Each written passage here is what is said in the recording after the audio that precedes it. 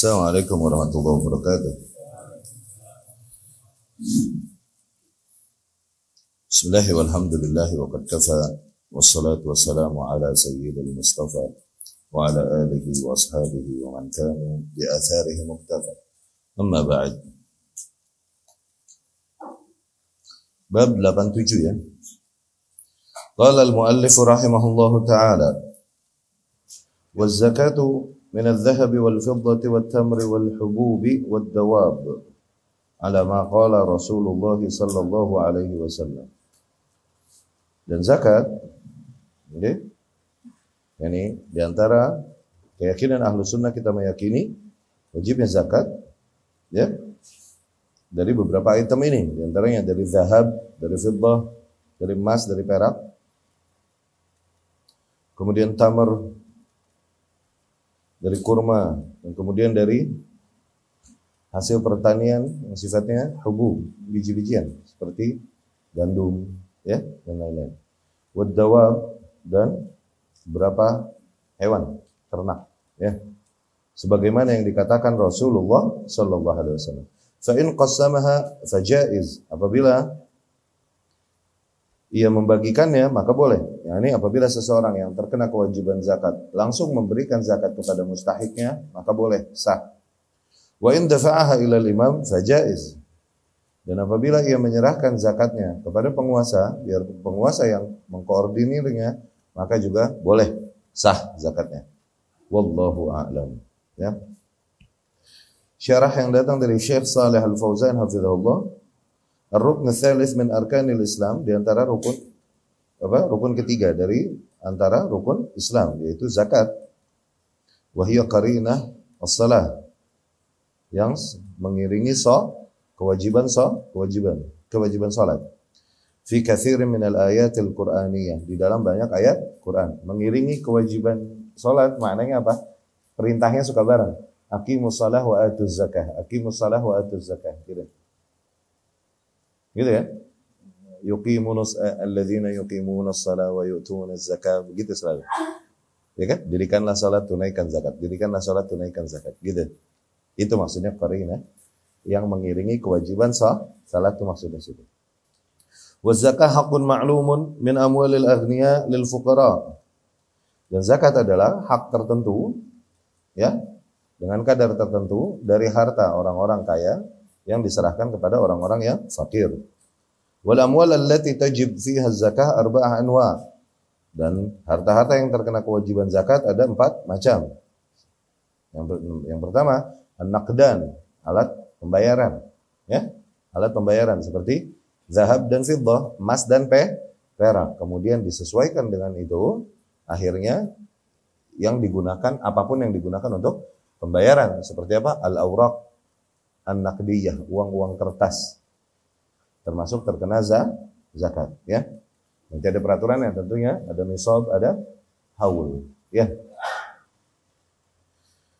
Al-awraq an-naqdiyah maksudnya uang kertas ya.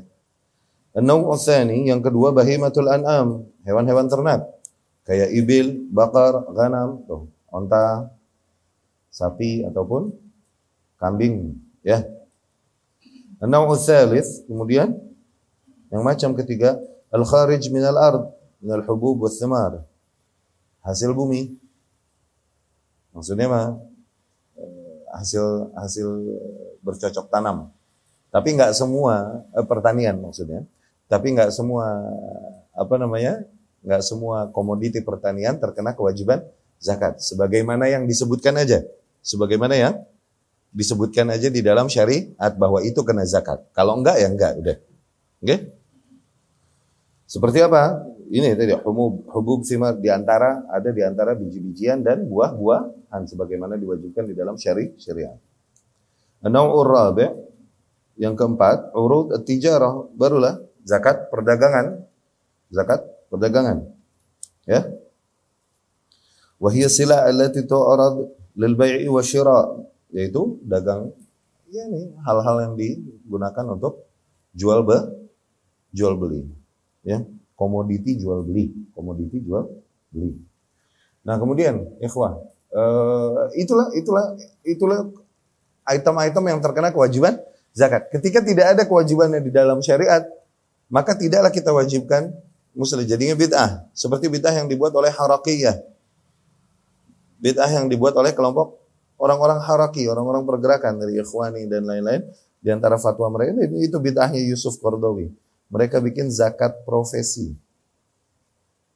Itu bid'ahnya Ikhwanul Muslimin. Ya? Katanya, masa petani yang penghasilannya setahun cuma segini-segini kena zakat, dokter yang penghasilannya jauh lebih besar enggak kena zakat dari profesi begitu. Bid'ahnya demikian. Ya, maka kita katakanlah kita mewajibkan zakat berdasarkan keterangan yang datang dari Allah dan Rasulnya Shallallahu Alaihi Wasallam, bukan pertimbangan akal standar gitu, enggak. Kemudian belum terjadi ide itu di zaman salaf. Waktu itu Amr bin As radhiyallahu anhu itu kan menguasai Mesir. Di zamannya Umar bin Khattab radhiyallahu anhu, Amr bin As menguasai Mesir.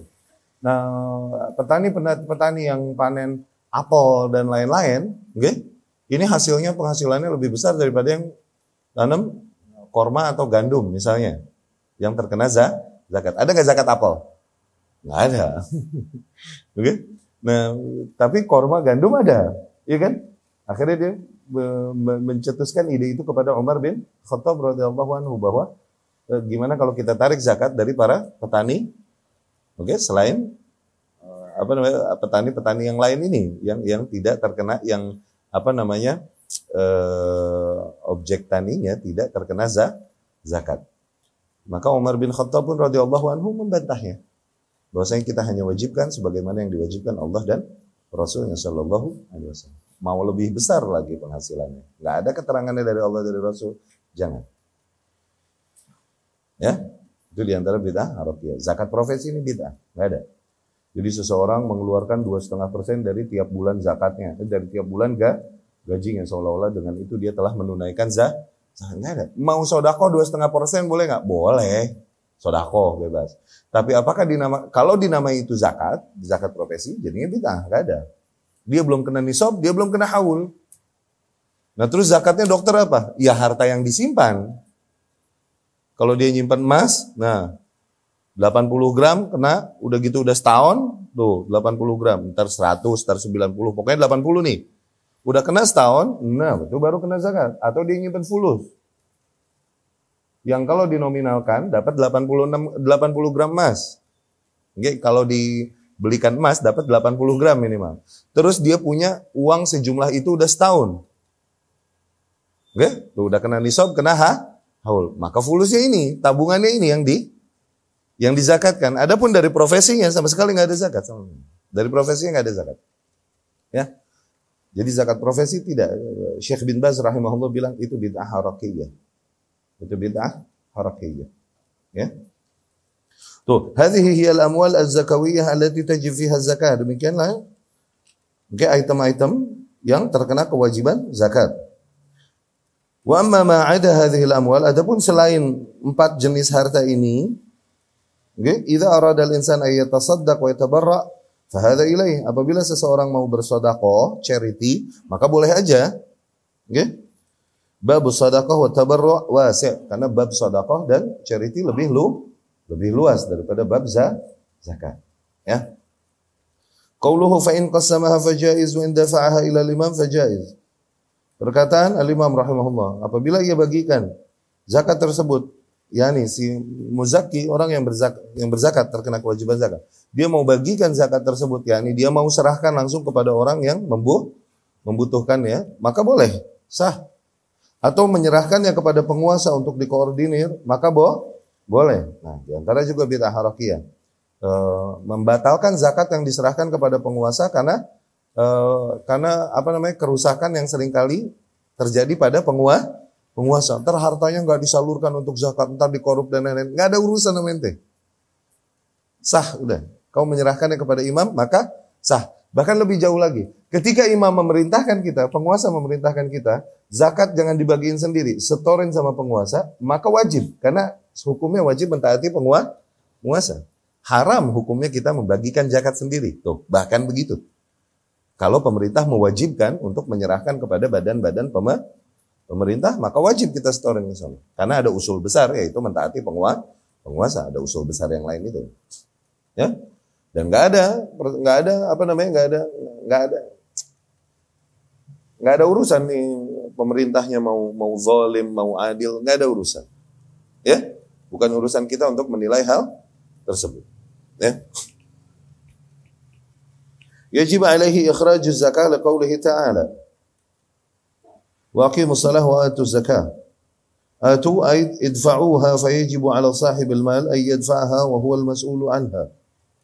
Dikarenakan wajib atas penguasa untuk mengeluarkan harta zakat atau wajib atas ia, yakni atas orang yang terkena kewajiban zakat untuk mengeluarkan zakat. Itu dari firman Allah Subhanahu wa taala, dan dirikanlah salat dan tunaikanlah zakat. Tunaikan maknanya bayarkan. Maka wajib bagi seseorang yang memiliki harta tersebut agar ia menyerahkannya. Wa huwal mas'ul anha, dan ia kelak nanti yang dimintai pertanggungjawabannya. Fa idza talabaha al-imam liyatawallaha fa innahu yajib daf'uha ilaihi. Dan apabila penguasa menuntut untuk mengkoordinir zakat, maka wajib bagi muzaki untuk menyerahkan harta zakatnya kepada penguasa, kepada badan-badan yang diatur oleh penguasa untuk mengambil. Lianna ta'atahu wajibah, dikarenakan ketaatan kepada penguasa wajib. Wa tabarra' zimmatid dafi' wa tabra' zimmatu ad-dafi'. Dan dengan itu maka jatuhlah kewajiban si orang yang membayar zakat, yakni sah, jatuh kewajibannya. Dan Nabi sallallahu alaihi wasallam kan yursilul jubbata fi az-zakah min ashabiha wa yuwazzi'aha ala mustahiqiha wa wulatul umur yaqumuna maqama ar-rasul sallallahu alaihi wasallam fi dzalika min ba'di. Dan demikian juga dulu dilakukan Rasulullah sallallahu alaihi wasallam. Seringkali Rasul mengutus para wakil-wakil dari Rasul sallallahu alaihi wasallam untuk mengumpulkan harta zakat dari para kaum muslimin, dan kemudian Rasul sallallahu alaihi wasallam membagikannya kepada para mustahiknya, ya. Wa wulatul umur, dan para penguasa menempati posisi demikian, ya, yang memimpin dan berhak untuk mengkoordinir zakat, ya. Amma idza lam yatlubha fal mas'ulu anha sahibul mal. Adapun ketika penguasa tidak mewajibkan hal itu, yang tidak menuntut zakat dari para rakyatnya untuk dibayarkan, okay, maka itu kewajiban tiap individu masing-masing untuk menunaikan zakat. Begitu ya? Dapat difaham itu? Ya. Qala al-muallif rahimahullahu taala, al-imam rahimahullah berkata, bab selanjutnya nih. Wa'lam anna awwal al-islam syahadatu an la ilaha illallah wa anna Muhammadan abduhu wa rasuluh. Dan ketahuilah bahwasanya rukun Islam yang paling awal, yang paling mendasar, yaitu syahadat bahwasanya la ilaha illallah dan bahwasanya Muhammad adalah hambanya dan rasulnya sallallahu alaihi wasallam. Wa anna ma qala Allahu kama qala, dan bahwasanya apa yang Allah Subhanahu wa taala katakan itu sebagaimana yang dikatakannya, wala khulfa lima qala wa huwa 'inda ma qala. Allah Subhanahu wa taala mengatakan hal-hal sebagaimana yang dikatakannya sudah. Yang terjadi sebagaimana yang dikatakan Allah.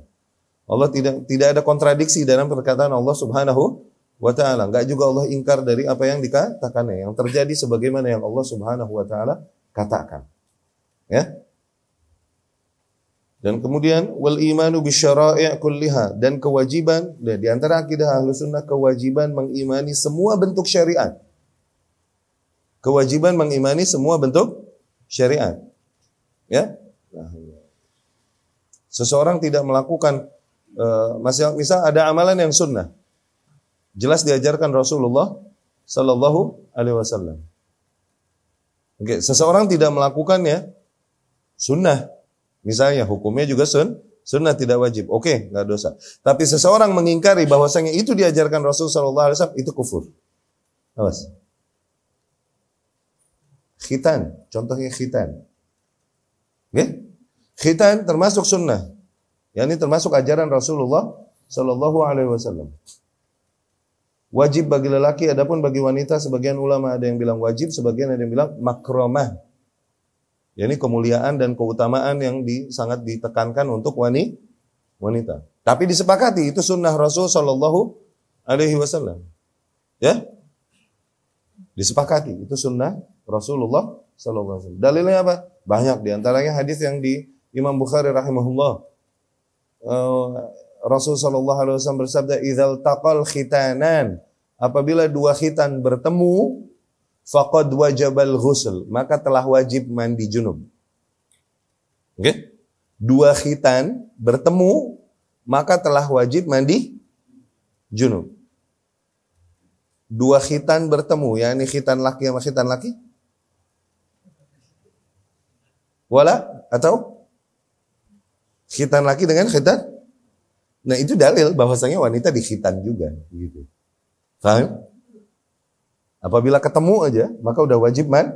Ini juga diantara fikih. Jadi adanya, Ustaz, bagaimana kalau misalnya seseorang, maaf, terjadi bersenggama tapi nggak sampai keluar? Oke? Apakah wajib mandi? Wajib. Dia udah ketemu.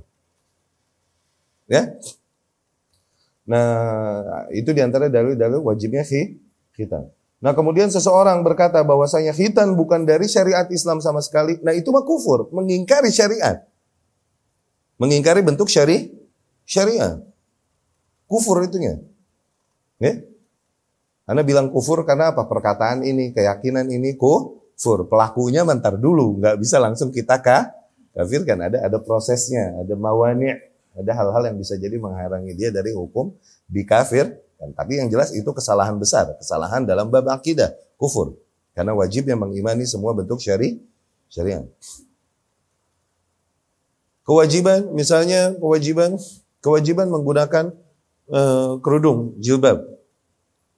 Oke, menutup aurat termasuk menggunakan kerudung dan jilbab. Wajib dari zaman dulu udah. Oke, ini sunnah Rasul SAW, sunnah ya, ini termasuk ajaran Islam yang disepakati dari zaman ke zaman, udah nggak ada perbedaan pendapat. Nanti batasannya sampai mana wanita? Sebagian bilang wajah wanita ini aurat, maka wajib menutupnya, wajib cadar. Sebagian ulama bilang gitu. Sebagian bilang enggak wajib, tapi mustahab. Yani lebih utama kalau ditutup, tapi tidak wajib. Ada yang bilang begitu. Oke lah, ikhtilaf. Tapi apakah cadar dan kemudian kerudung juga menutup rambut, leher, ini disyariatkan? Ini mah disepakati udah. Itu bentuk syariat. Zen? Itu sunnah. Maknanya itu ajaran Islam yang disepakati dan berjalan dari zaman ke zaman. Bentuk syariat. Zen.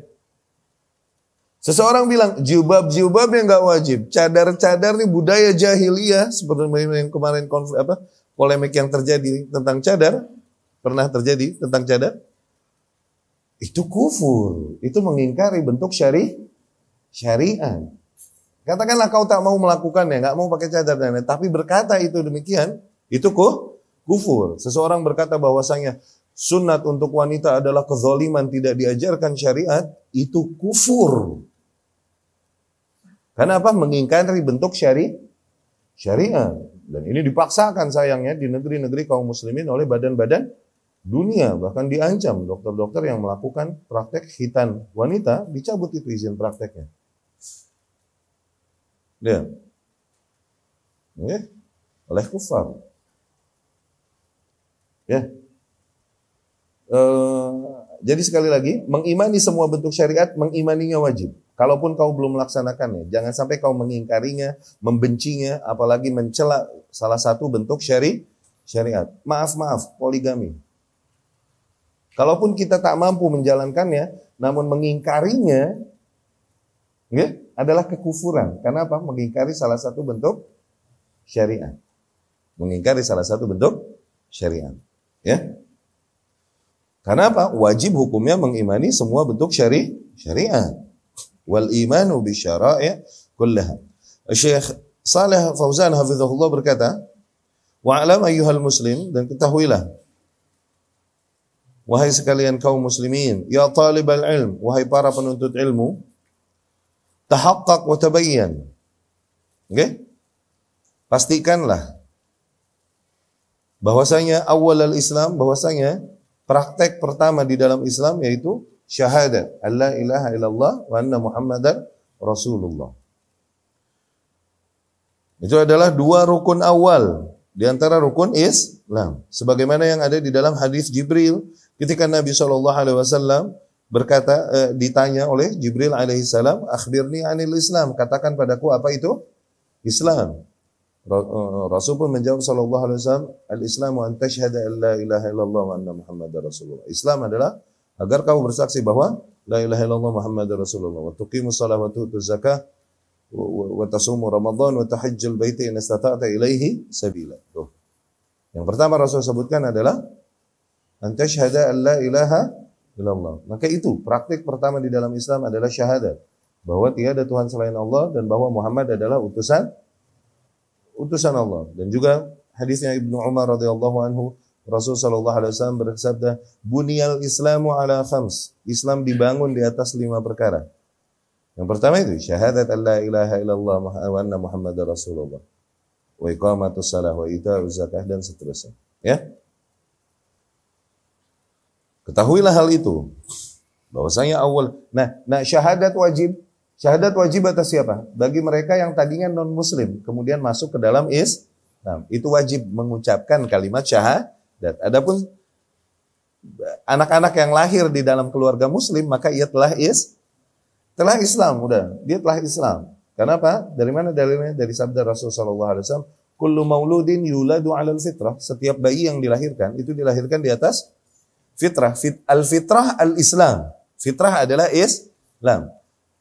Rasul berkata selanjutnya buktinya nih, fa abawahu yuhawwidani au yunassirani au yumajjisani.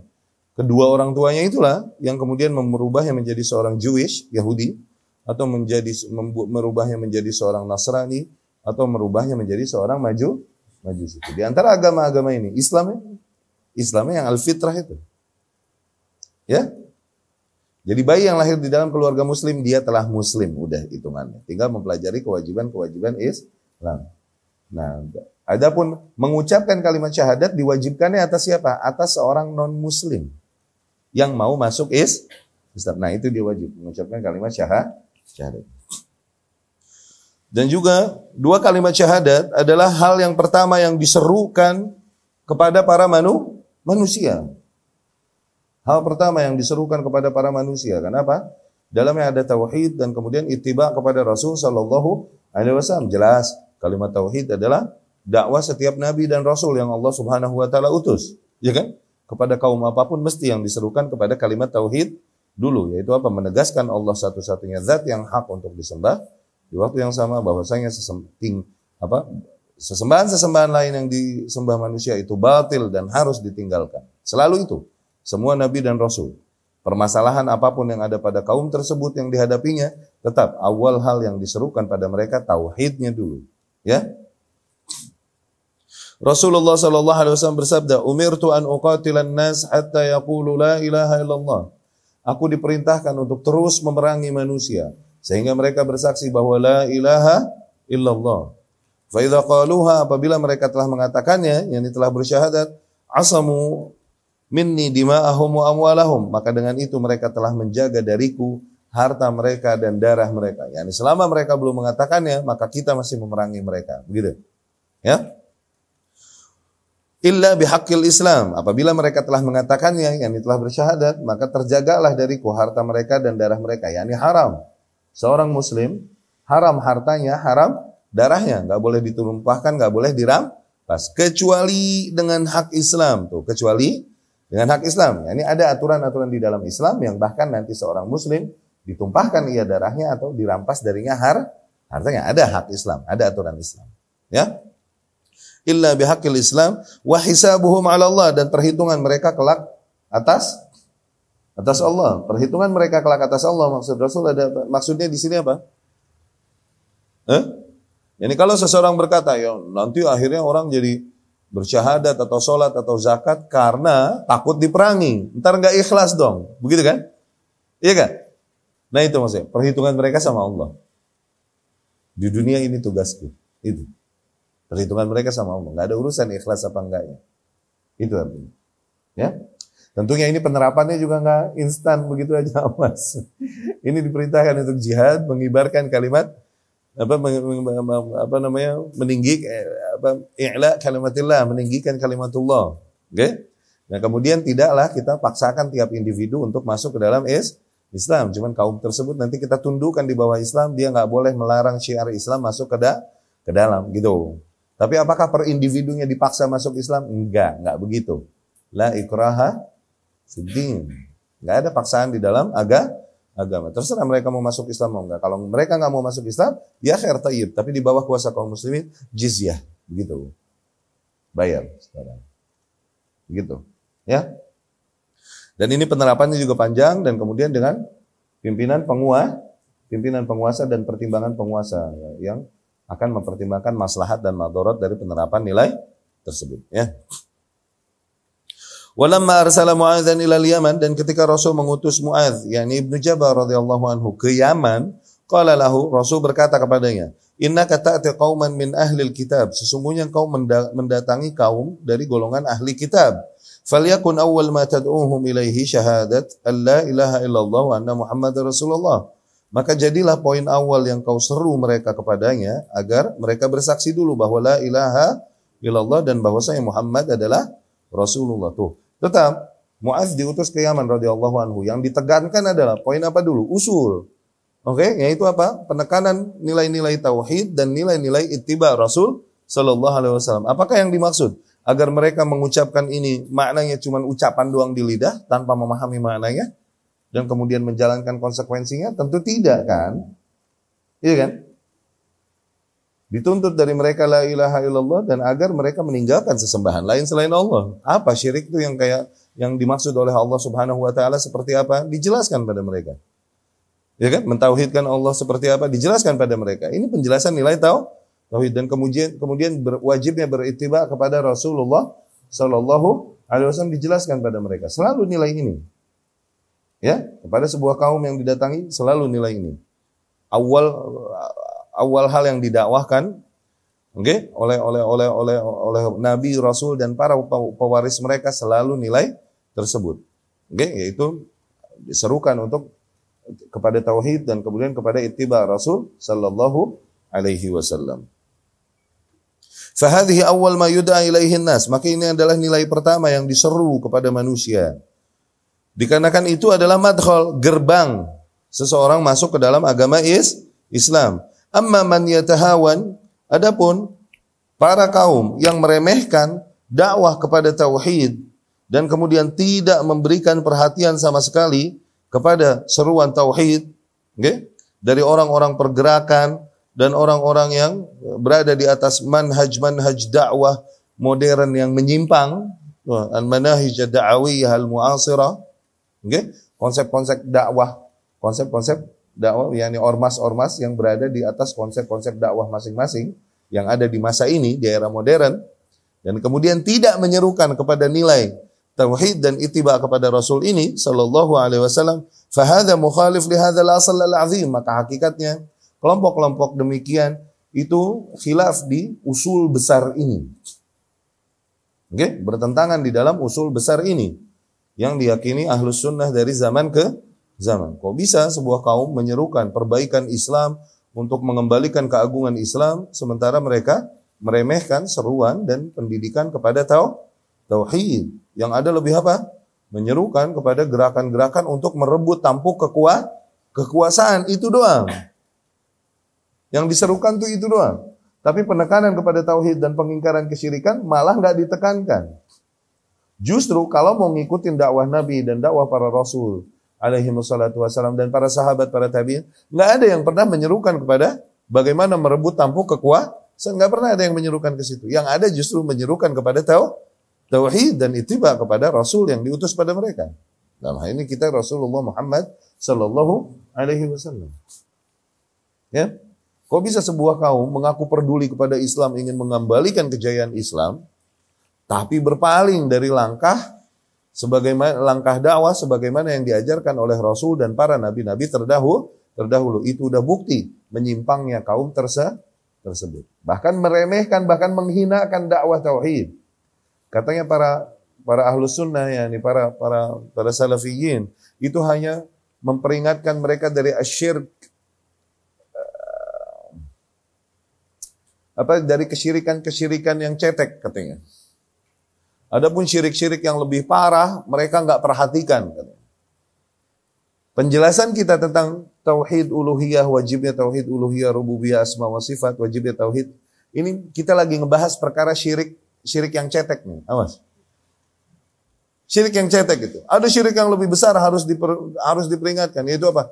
Syirik pada kekuasaan. Ini yang harus lebih dihajar katanya. Jika mereka berhukum dengan hukum lain selain hukum Allah, nah, gitu. Ini yang lebih prioritas untuk diingkari daripada kesyirikan di dalam beribadah. Okay? Kita dibilang dakwah kita nih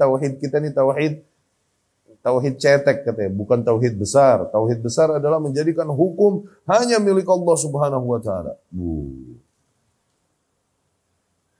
Iya kan? Ini dakwah-dakwah mereka sehingga dari situ yang mereka pusingkan dan perjuangkan adalah apa? Merebut tampuk kekuasaan.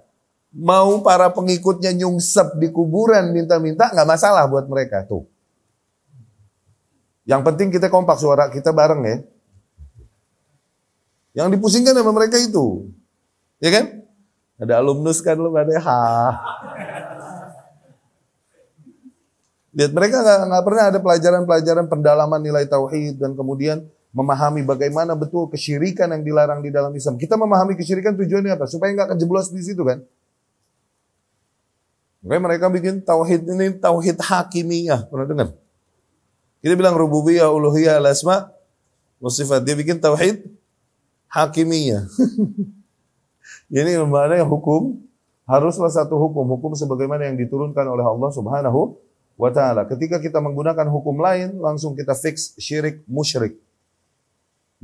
Langsung ke situ tuh. Seinstan itu. Madzallah, Allah yahdihim. Ya. Kita lihat dakwah para nabi dan rasul alaihi wassalatu wassalam. Mereka menghadapi permasalahan besar pada kaumnya. Dan permasalahan yang berbeda-beda pada kaumnya. Tapi tetap aja seruannya adalah kepada tauhid sebagaimana tauhid yang kita serukan. Apa yang mereka ingkari awal adalah kesyirikan sebagaimana kesyirikan yang kita ingkari, bukan kesyirikan pada kekuasaan. Ya? Itulah. Oke, para pelaku-pelaku gerakan dakwah modern yang konsep di dalam dakwahnya bertentangan dengan usul besar ini. Di antara usul akidah Ahlus Sunnah, yaitu apa? Seru dulu kepada tauhid dan apa? Ittiba sunnah Rasul sallallahu alaihi wasallam. Tuntut ilmu dulu, fahami dulu. Kenali Allah Subhanahu wa taala, kenali Rasulnya sallallahu alaihi wasallam. Maka mesti menuntut ilmu, namanya menuntut ilmu kan? Tadi bilang katanya, ngaji mulu. Aksinya kapan? Ya salam. Ngaji mulu aksinya kapan? Satu, aksi tanpa didasari ilmu seringkali batil, keliru. Kedua, lalu aksi mulu, ngajinya kapan? Allah yahdihim. Ya. Fahadha mukhalif li hadzal asl al-azim. Maka ormas-ormas, kelompok-kelompok demikian ini bertentangan dengan usul besar di dalam akidah Ahlus Sunnah. Ya? Ormas apapun, kau tanya. Ormas apapun. Ketika konsep dakwahnya berbeda dengan ini, tidak mereka menekankan kepada seruan tauhid, seruan ittiba Rasul yang ditekankan kepada baiat kepada jamaahnya, kelompoknya, yang mendirikan negara, entah negara di dalam negara dan lain-lain seperti yang mereka lakukan tuh. Maka jelas itu mereka berada di atas konsep yang berbeda, berada di atas jalan yang bertentangan dengan akidah Ahlus Sunnah. Udah nggak usah tanya lagi, Ustadz, kelompok ini apakah mereka di atas akidah Ahlus Sunnah atau tidak? Kelompok ini atau apakah mereka di atas akidah Ahlus Sunnah atau tidak? Nggak usah ditanya lagi. Lihat apa yang diserukan. Apa yang diserukan? Itu satu cara menilai sebuah kelompok menyimpang atau tidak. Ya. Yang kedua, lihat, ada nggak di antara ulama yang ada di dalam tubuh kelompok tersebut? Saya ada yang nanya, Ustaz, Jamaah Tabligh, misal, apakah di atas hak? Lihat, apabila mereka di atas hak, ada nggak ulama Rabbani yang karyanya besar, banyak diakui dunia, berada di dalam tubuh jamaah itu? Ada nggak? Kalau iya di atas hak, mesti para ulama masuk situ. Ustaz, icis. Mereka di atas kebenaran atau kelompok yang tersesat, Ustaz? Ada nggak ulama masuk situ? Hah? Ulama yang jelas, rekornya, karyanya diakui dunia. Punya karya di dunia nyata. Awas, dunia nyata ya, bukan dunia maya. Ya kan? Gebrakan-gebrakannya ada. Ada nggak di dalam tubuh mereka? Katakan ada 1-2, sementara ulama-ulama yang lain mengingkarinya, maka jangan ngotot ngikutin yang 1-2 itu. Dan nggak ada.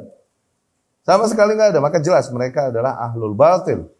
Orang-orang yang menyimpang dari manhaj yang hak. Demikian cara menilai.